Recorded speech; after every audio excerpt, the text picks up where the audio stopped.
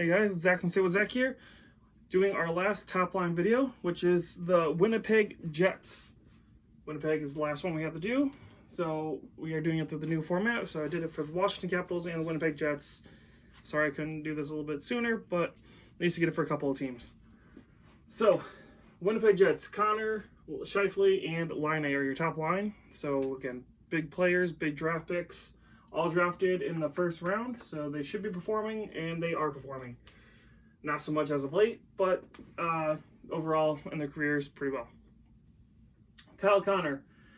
Last year he played, he was drafted in 2015, first round, 17th pick overall.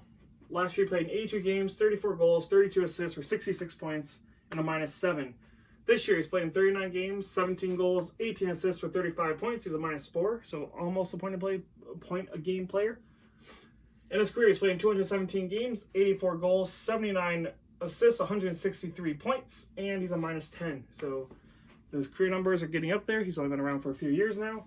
He is getting there. Mark Scheifele. He was drafted in 2011, first round, 7th pick overall by Winnipeg.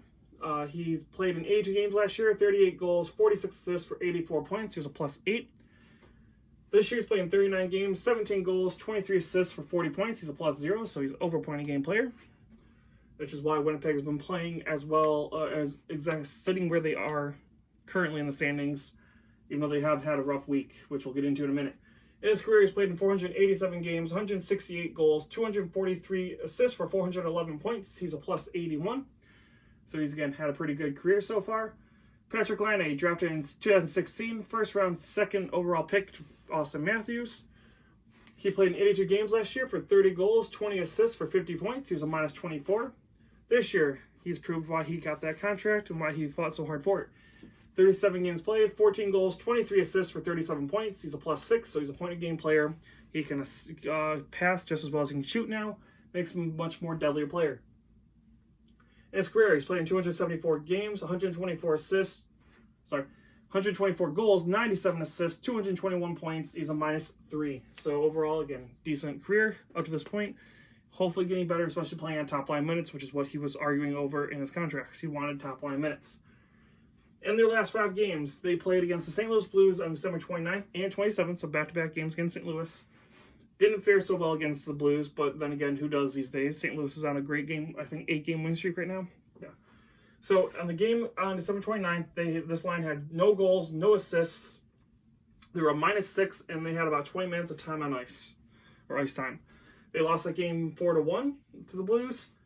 So yeah, this line didn't really have much to show for it. They were all -2 on this line. It was just, it was not a good game overall for Winnipeg at all. The second game against the Blues. First game went a little bit better. This line had 2 goals, 3 assists. They were a +4 in 27 minutes of time on ice. They would end up losing this game 4-5 in overtime. Your goals, you had Kyle Connor scoring his 16th at 9:37 the second from Bellevue. I can't speak. Bellevue.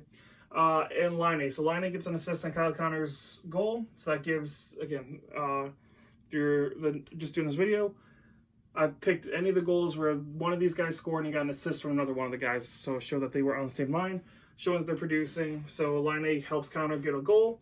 And then Kyle Connor gets his 17th at 3:12 of the third period from Scheifele and Pionk. So Mark Scheifele, again, on this line, centering it, helping Kyle Connor get another goal, who is now at 17 goals. Connor did get the second star of the game, even though they ended up losing. So again, Kyle Connor's been really good this year, which is why they wanted to sign him. I know Patrick Laine and Connor both held out, and they're showing why they held out, though. I mean, Kyle Connor is just under a point a game, and Patrick Laine is a point a game player. Very important for a team that's had a lot of struggles to start this year, that everyone thought they were going to suck, and they are sitting, I believe, still in a playoff spot. Yeah, I think they're still in a playoff spot, I believe, right now, the last wild card.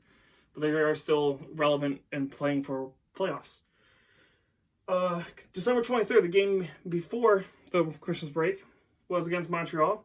This line had 2 goals, 2 assists. They were -3 on about 21 minutes of ice time, approximately. They ended up losing this game 2-6. Connor scored his 15th at 11:30 the first from Scheifele and Pionk. So, hey, that rings a bell since he did that in the game after the Christmas break. The line A scores is 14th. That's 16-14 the second from Scheifele. So Scheifele 2 points. Connor with a goal. Line A with a goal. This line had an amazing night.